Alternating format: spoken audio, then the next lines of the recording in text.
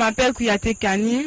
Je vous invite à suivre Rebord sur Africab avec Aminata Mariko. Merci. Au revoir. Je m'appelle Mohamed Tangara. Je suis ailier pivot à l'international malien. Je voulais à Arizona, en Espagne. Suivez Rebond avec Aminata Mariko sur Afrique Cable.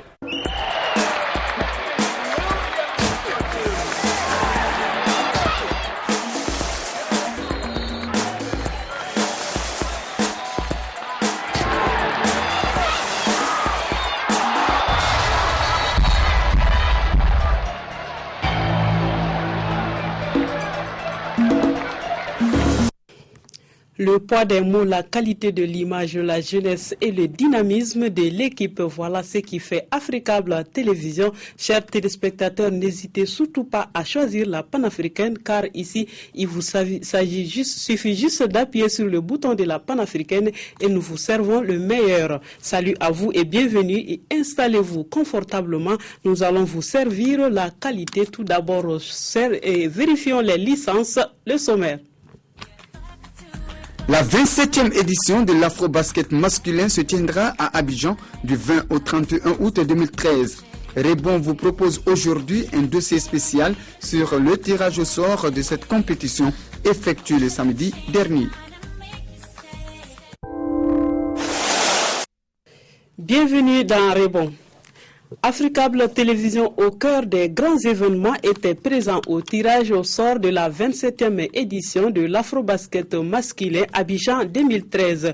Vous avez donc le Aquaba du pays de l'Ivoire. L'édition de 2013 de l'Afro-Basket se tiendra à Abidjan du 20 au 31 août prochain. Le tirage au sort s'est donc tenu ce samedi et a donné 4 grandes poules de 4 équipes. L'équipe des Rebonds était sur place. Les 16 participants à cette compétition sont désormais situés par rapport à leur position dans les 4 groupes de l'Afro-Basket masculine senior. Ainsi, les éléphants de la Côte d'Ivoire hors de l'événement héritent des pharaons d'Égypte, les lions de la Teranga sénégalais et les Fennecs d'Algérie dans le groupe A. Nous allons choisir l'Algérie pour commencer. Les Ivoiriens ambitionnent de tirer leur épingle du jeu. Il faut dire que la Côte d'Ivoire n'a pas à avoir peur d'un adversaire en matière de basket. Les équipes se valent, je l'ai dit, mais nous sommes chez nous et nous pensons que nos joueurs auront la bagoue nécessaire pour vaincre les Fennecs. La Tunisie, tenante du titre, est dans le groupe B moins relevé, avec le Rwanda, le Burkina Faso qui est à sa toute première phase finale et le Maroc. Dans le groupe C, on retrouve l'Angola, favori du tournoi et détenteur de 10 des 12 dernières éditions.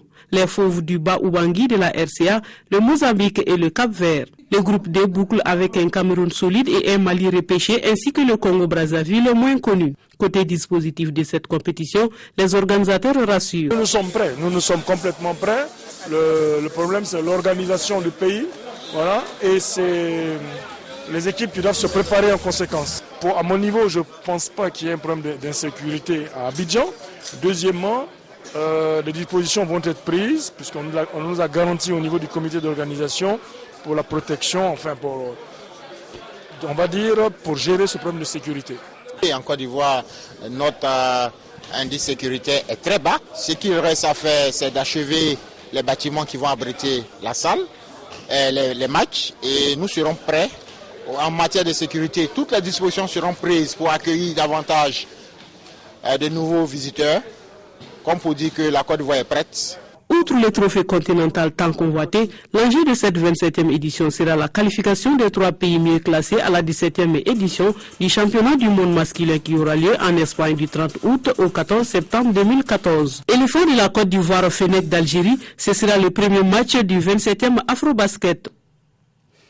Et juste après ce tirage au sort qui a placé la Côte d'Ivoire dans le groupe A avec les pharaons d'Égypte, l'Algérie, Fennecs d'Algérie et le Sénégal, les lions de la Teranga, nous avons tendu notre micro au ministre ivoirien de la promotion de la jeunesse, du sport et du loisir, Alain Lobognon, que je vous propose d'écouter. L'équipe sait ce qu'elle a fait. Les autorités sont chargées de mettre à la disposition de l'Afro-Basket tous les moyens. L'équipe est gérée par la fédération et la fédération sait aujourd'hui qu'elle doit affronter l'Égypte, l'Algérie et le Sénégal. Il appartient aux joueurs de suivre l'exemple de leurs dévanciers de 1981 et ceux de 85. Il faut dire que la Côte d'Ivoire n'a pas à avoir peur d'un adversaire en matière de basket. Les équipes se valent, je l'ai dit, mais nous sommes chez nous et nous pensons que nos joueurs auront la bagoue nécessaire pour vaincre les Fennecs. Toujours dans le groupe A, les Lions de la Teranga font partie des 16 équipes africaines qui vont prendre part à cette compétition. Côté Fédération sénégalaise de basketball, les ambitions sont fortes. Baba Tandia, que je vous propose d'écouter ici. Quand on vient en championnat d'Afrique et qu'on a des ambitions pour gagner, on ne se pose pas trop de questions contre qui on joue, soit le pays organisateur, soit un peu les têtes de poule. Vous savez, le Sénégal a une ambition pour jouer les premiers rôles, d'abord pour trouver parmi les 3 premières places qualificatives au championnat du monde. Donc nous ne nous posons pas trop de questions. Moi je pense qu'aussi c'est une bonne chose de rencontrer la Côte d'Ivoire en poule, parce que qu'est-ce qui va se passer? On va se battre pour être premier ou deuxième. La Côte d'Ivoire aussi fera de même pour être premier ou deuxième. Et là, c'est la certitude de ne plus rencontrer la Côte d'Ivoire, probablement jusqu'en finale. Ah oui, il y aura beaucoup de professionnels, il y aura très peu de locaux, mais il y a des locaux qui ont une valeur parfois supérieure aux professionnels, et ces locaux seront de la partie. Je pense que c'est l'un des championnats d'Afrique les plus relevés, les plus difficiles. Parce qu'aujourd'hui, vous avez la Côte d'Ivoire qui a ses atouts, vous avez l'Angola qui veut revenir très fort, vous avez le Cameroun, vous avez le Nigeria qui va opérer avec ses professionnels de la NBA. Bon, je pense que les marchés sont ouverts. Hein. Dans le groupe C, on retrouve les Palancas Negras d'Angola, tête de poule avec la République centrafricaine, le Mozambique et le Cap-Vert. Du côté des Palancas Negras, un seul mot d'ordre, la reconquête du titre perdu à Tana, c'était à Madagascar. Écoutons le président de la Fédération angolaise de basketball. Eu penso que a tirada un tirage de sorte gratifiant. Extremamente gratificante porque acredito. Je pense que les 4 groupes sont équilibrés et ça va donner la garantie d'un bon championnat. L'Angola qui a perdu son titre de l'autre côté, alors quelles sont les ambitions des Palancas Negras à Abidjan? A seleção d'Angola sendo campeã. Prenant compte que l'équipe nationale d'Angola c'est 10 fois champion d'Afrique, il doit toujours qu'il participe se préparer de façon qu'il puisse gagner et discuter le titre. Dans le dernier groupe, le D, les Nigériens ambitionnent de reprendre le podium dans un groupe composé des Lions indomptables du Cameroun, le Congo et le Mali. Écoutons Tidjani Oumarou de la Fédération nigériane de basketball. Je pense que le groupe est serré. Nous allons jouer contre le Cameroun, le Congo. C'est du basket difficile. Nous allons aussi aborder le Mali qui a toujours eu une bonne équipe. Le Nigeria a toujours hérité de ce genre de groupe. Notre ambition est de venir à Abidjan et de faire de notre mieux. Le Mali fait partir du groupe D et les Aigles du Mali, bien que repêchés, ne partiront pas en adversaire vaincu, selon son président, M. Seydou Diawara, que je vous propose d'écouter. Malgré que nous avons été repêchés, je crois que le Mali vient avec une ambition, c'est de faire une bonne prestation. Nous étions présents à Tripoli, nous étions présents à Tana, et c'est notre 3e participation successive. Et nous pensons que nous allons nous mettre au travail. C'est à partir d'une bonne préparation que nous pouvons espérer sur un bon classement au championnat africain. Forcément, il y a des professionnels. L'entraîneur a fait déjà sa détection des joueurs maliens qui évoluent dans les championnats européens. Et avec les joueurs locaux, il y a un premier regroupement. Avec le plan de préparation qu'il a donné, il va s'étaler au moins sur 2 mois. Je crois que c'est largement suffisant. La Libye ne sera pas à l'Afrobasket, mais la zone a présenté des équipes. Et le président de la zone 1 et de la Fédération libyenne de basketball nous en parle. C'est un tirage remarquable pour l'ensemble des sélections, dont celle maghrébine. Je vais parler de l'Algérie, de l'Égypte et de la Tunisie. J'espère que les uns et les autres pourront tirer leur épingle du jeu. La sélection libyenne était présente lors de la dernière édition. Ça a été très difficile pour nous. Cette fois-ci, mais j'espère bien qu'on sera au rendez-vous lors du prochain championnat. Après le volet tirage au sort, intéressons-nous maintenant à d'autres volets, le volet organisation. Le ministre Alain Lobognon nous parle ici des préparatifs. Je pense que le basket africain est sur la bonne voie. Août 2013, rendez-vous en Côte d'Ivoire. Aujourd'hui, les poules sont constituées. Il ne reste plus qu'aux différents pays qu'à se mettre au travail. On voit déjà que les matchs seront d'un très bon niveau technique. Nous pensons que l'Afrique, au thème de l'Afro-Basket 2013, aura 3 bons représentants à la Coupe du Monde. Notre indice sécuritaire est très bas. Aujourd'hui, la sécurité est de mise en Côte d'Ivoire. Ce qu'il reste à faire, c'est d'achever les bâtiments qui vont abriter la salle, les matchs, et nous serons prêts. En matière de sécurité, toutes les dispositions seront prises pour accueillir davantage de nouveaux visiteurs, comme pour dire que la Côte d'Ivoire est prête. Nous sommes à 5 mois de la compétition. En 5 mois, nous allons davantage améliorer les conditions d'accueil et de déroulement de la compétition. Le premier organisateur de l'événement, la FIBA Afrique, entendait par là la Fédération internationale de basketball Afrique, à travers son secrétaire général, confirme que la Côte d'Ivoire est prête pour accueillir l'Afrique. Écoutons ici le docteur Alphonse Billet. Au niveau des équipes, je pense que les équipes se valent dans l'ensemble. Je pense que les poules sont assez bien reparties. Tout dépend de la préparation des équipes. Je pense que le niveau sera très intéressant, à mon avis, parce que les équipes, on a vu que tous les responsables des fédérations sont là, donc ils ont pris le problème au sérieux, et je pense qu'on aura un bon niveau de basket.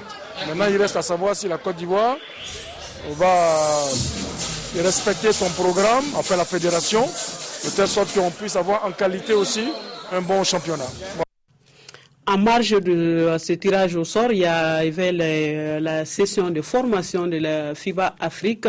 Ici, nous allons écouter le docteur Alphonse Billet qui va nous parler de ce qui s'est passé au cours de cette session. Oui, nous sommes prêts. Nous sommes complètement prêts. Le problème, c'est l'organisation du pays. Voilà. Et c'est les équipes qui doivent se préparer en conséquence. Et je pense que, vu le démarrage... j'ai envie de dire, assez précoce de tout, je pense que les équipes seront prêtes. À mon niveau, je ne pense pas qu'il y ait un problème d'insécurité à Abidjan. Deuxièmement, les dispositions vont être prises, puisqu'on nous a garanti au niveau du comité d'organisation pour la protection, enfin on va dire, pour gérer ce problème de sécurité. Je pense que 2012 est une année où il n'y a pas d'afro-basket et donc, disons, les activités sont ralenties au niveau des compétitions, mais beaucoup plus au niveau de la formation. Et nous pouvons dire qu'aujourd'hui, au niveau formation, tout notre calendrier a été rempli. D'après la réunion, nous avons le satisfait de tous les membres du bureau central. On va dire que c'est une année positive. Certes, financièrement moins intéressante que dans les années d'afro-basket, mais au niveau travail, au niveau organisation, je pense que les choses se passent bien. Je reçois ce soir dans le studio Djibril Ouad d'Africable Télévision M. Bakary Sissé. Il est le président de la commission communication de la Fédération malienne de basketball et spécialiste du basket. Bonsoir M. Sissé. Oui, bonsoir Aminata. Vous étiez à Abidjan pour ce tirage au sort. Alors votre première impression après l'épreuve? Oui, en tout cas, ça a été une belle cérémonie organisée par la Côte d'Ivoire. Et comme disait tantôt Billet, le secrétaire général de FIBA Afrique, et tous les présidents des fédérations quand même ont répondu présent. Cela veut dire tout simplement qu'ils ont donné un grand intérêt à cette biennale du basketball africain. Vous savez, le basketball africain, chez les hommes, en tout cas, quand même, a besoin de ça souvent, donc pour vraiment se rehausser sur le plan mondial. Donc si tous les présidents se sont déplacés, les délégations sont venues, je pense que vraiment, ça a été très bien. Hein, comment avez-vous trouvé les groupes? Bon, les groupes, on peut partir groupe par groupe. Hein. Moi, je dirais tout simplement que Aminata, il y a pas de surprise, hein, parce que ce sont les meilleurs d'Afrique qui sont là à Abidjan. Il faut le dire, de la première place jusqu'à la 13e place du classement de FIBA Monde. Voilà, donc ils sont tous là, à commencer par l'Angola, donc jusqu'à la 13e place. Peut-être l'Afrique du Sud qui occupait la 14e place de ce classement n'est pas là, donc remplacé donc par le Congo et le Burkina Faso par exemple. Sinon à part ça, c'est les ténors donc, qui sont là. La raison pour laquelle il y a un intervenant qui a bien dit, il dit que c'est un groupe très relevé, toutes les stars sont là. Maintenant, tout le monde peut gagner cette Coupe d'Afrique des Nations de basketball masculin. Dans le groupe A, nous avons la Côte d'Ivoire, hôte de l'événement, les Pharaons d'Égypte, les Lions de la Teranga et les Fennecs d'Algérie. Que pensez-vous de ce groupe? Moi, je pense que dans ce groupe-là, sans penser, hein, je dis que la Côte d'Ivoire et le Sénégal, quand même, doivent être les grands favoris de ce groupe-là. Et surtout avec la Côte d'Ivoire, avec le retour de son entraîneur, l'Espagnol, qui était là, lors de la dernière édition, et qui a glissé cette formation ivoirienne à la 4e place. Donc le Sénégal également, avec ses joueurs qui évoluent donc au niveau des États-Unis et dans les grands championnats européens. Le président Tandia a même dit que le Sénégal va jouer les premiers rôles. Voilà, moi je pense que la Côte d'Ivoire et le Sénégal dans ce groupe-là quand même sont bien placés. Mais il faut faire attention à l'Égypte également, qui occupe la 11e place donc du classement africain. Donc il peut jouer également selon donc même le directeur technique national qui a été élu, Saïd Amir Abdoul Kir, et qui avait dit tout simplement qu'ils vont essayer de redoubler le blason de la sélection nationale, pourquoi pas gagner les titres après 20 ans d'absence. Voilà, cela veut dire tout simplement que cette formation égyptienne également a des ambitions par rapport à cette édition. Bon, l'Algérie, bon, on va le dire, bon, de la Côte d'Ivoire a choisi l'Algérie, on le sait.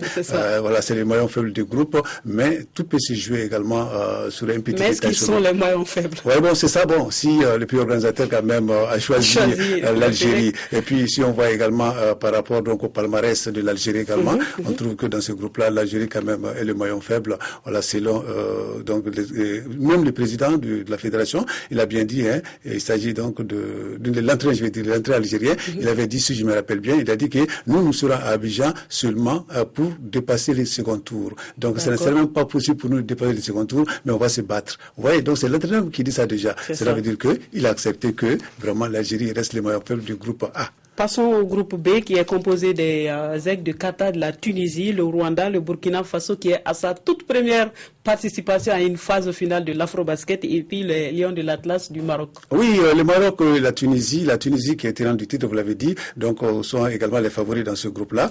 Mais le Rwanda quand même qui a été repêché, il faut le dire, parce que cette formation n'a pas pu se qualifier pour la phase finale en des séries.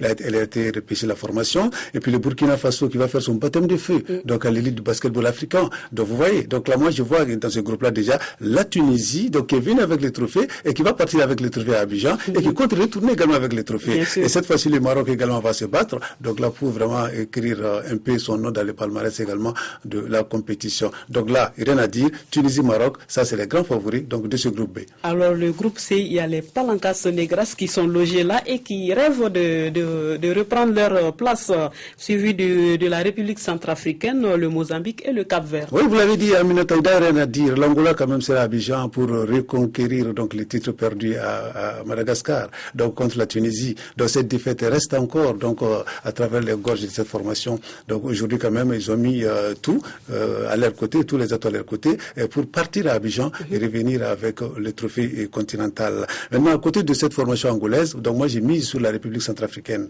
La République centrafricaine qui occupe la 7e place. Et vous oubliez le Cap-Vert qui a éliminé les Aigles du Mali. Oui, je pense que la Côte d'Ivoire, si on prend, moi je parle un peu par rapport aux statistiques. Maintenant, la République centrafricaine, quand même, de loin, devant cette formation capverdienne qui occupe la 10e place. Voilà, donc devant le Mozambique. Voilà, de Cap-Vert également, quand même, ça fait longtemps que les Cap-Vert ne participaient pas. Voilà, donc là, si cette formation est revenue sur la scène internationale, la scène africaine, donc là, quand même, il faut beaucoup de temps également pour s'adapter. Mais dans ce groupe, il faut compter beaucoup avec l'Angola, avec également la République centrafricaine, mais il ne faut pas jeter en tout cas les Cap-Vert et les Mozambique également qui peuvent jouer également un rôle très important. Mais l'entraîneur du Cap-Vert a bien dit, Il dit que la mission principale, donc, c'est tout simplement de retrouver les hauts niveaux donc, du basketball africain avec cette formation. Les ambitions sont fortes. Voilà, les ambitions sont fortes. Mais dans les plus hauts niveaux, c'est quoi? C'est les titres. Donc, nous allons donc boucler avec le groupe D qui est composé du Super Eagles, les Lions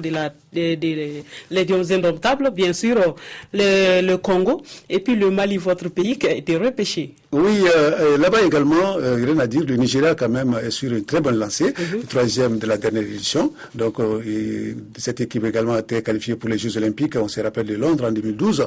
Voilà, donc heureux de tout ça. Donc moi je pense que cette formation va venir cette fois-ci au Abidjan, donc pour vraiment remporter les trophées. Il y a le président de cette formation a bien dit que c'est le renouveau du basketball au niveau du Nigeria. Donc là, il y avait ce qu'on appelle des regroupements improvisés, il y avait également des choix pas trop des choix passés par rapport aux joueurs. Maintenant, aujourd'hui, on a essayé de baliser tout ça. Donc là, il y aura plus de regroupements fantastiques, il y aura plus de, comment on appelle, des joueurs qui seront appelés qui ne sont pas en forme, parce que tu es professionnel, tu joues en Angleterre ou tu joues en Allemagne, quand même, ils ont pris les taureaux par les cornes. Raison pour laquelle il faut beaucoup compter avec cette formation du Nigeria, donc pour cette édition à Meneta. Monsieur Cissé, le Mali, votre pays va faire sa 11e participation, une seule médaille, une bronze. Alors, qu'est-ce que les Aigles vont prouver à Abidjan? Oui, je vais vous rectifier. Nous sommes à la 17e participation, le Mali, et dans 5 participations consécutives. Voilà, c'est bien ça. Voilà, donc c'est pour dire que nous allons nous préparer.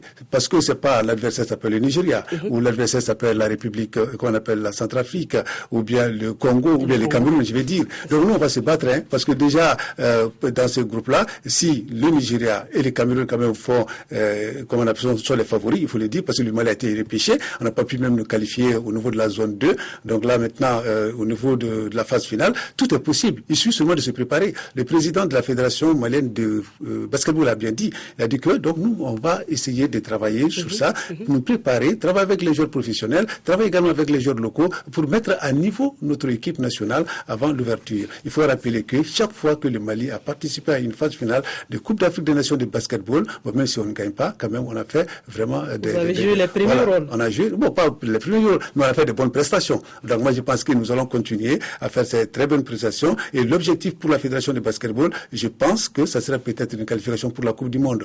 Merci, monsieur Cissé. Vous avez dit, les 3 premières places sont pour la Coupe du Monde. Voilà, votre pronostic pour les 3 places. Voilà, les 3 places. En tout cas, le Mali va se battre pour être parmi les 3 premières équipes. Et synonyme de qualification pour la Coupe du Monde la Coupe du Monde qui va se dérouler en Espagne, la 17e édition. Quel est votre pronostic pour les 3 meilleures équipes qui vont se qualifier? Ah bon, voilà, donc en tant que spécialiste. Oui, bon, en réalité, moi je vois quand même la Côte d'Ivoire quand même qui peut jouer le premier rôle. Je vois l'Angola également qui peut prendre sa revanche. Et je vois également le Nigeria. On va dire wait and see. Voilà. Merci, monsieur Cissé. Je rappelle aux téléspectateurs que j'étais avec Bakary Cissé. Il est le président de la Fédération malienne, le président de la commission communication, de la Fédération malienne de basketball. Il est également spécialiste du basket. Merci, monsieur Cissé. Merci. Nous allons à présent suivre le portrait du jour.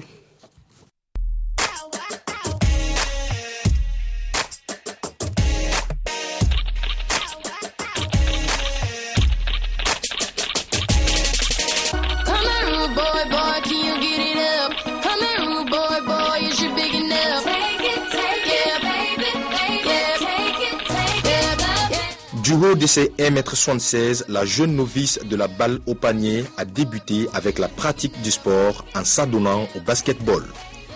Aidée par sa taille qui la prédispose à devenir une excellente pivot, Rokia Samake, puisqu'il s'agit d'elle, nourrit beaucoup d'ambition pour les planchers.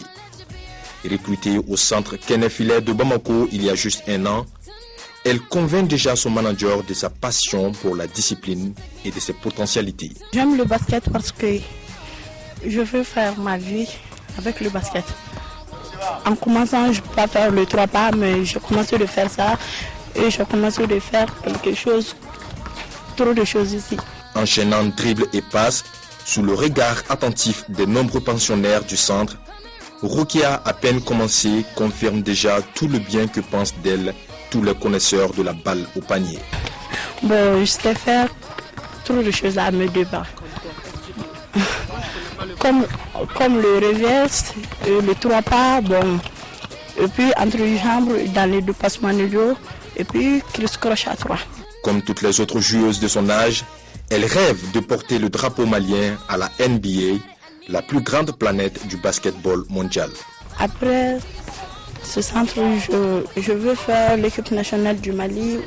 Je veux travailler bien, défendre la couleur du Mali. Le basketball malien peut donc désormais compter dans les brefs délais sur Rokia Samake, qui entame rapidement une marche sur les traces de ses aînés de l'équipe nationale qui ont fait trembler toute l'Afrique. Mon joueur préféré, c'est Kobe Bryant.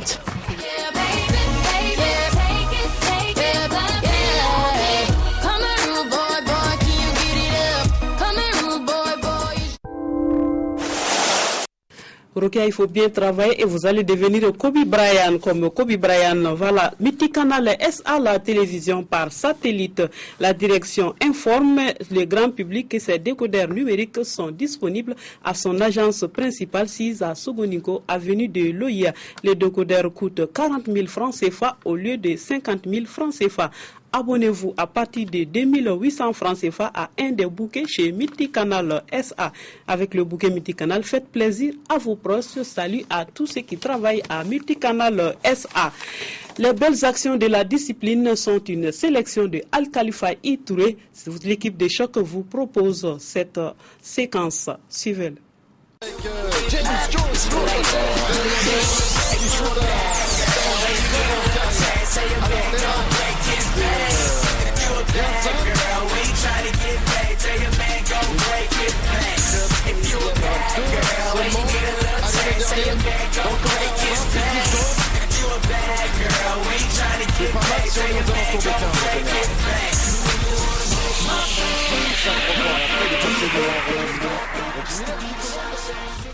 Bonsoir à tous ceux qui nous suivent à Abidjan, c'est en Côte d'Ivoire. Chers téléspectateurs, les bonnes choses ne durent pas, mais restez en notre compagnie, la qualité et les meilleures choses sont permanentes ici. Salut.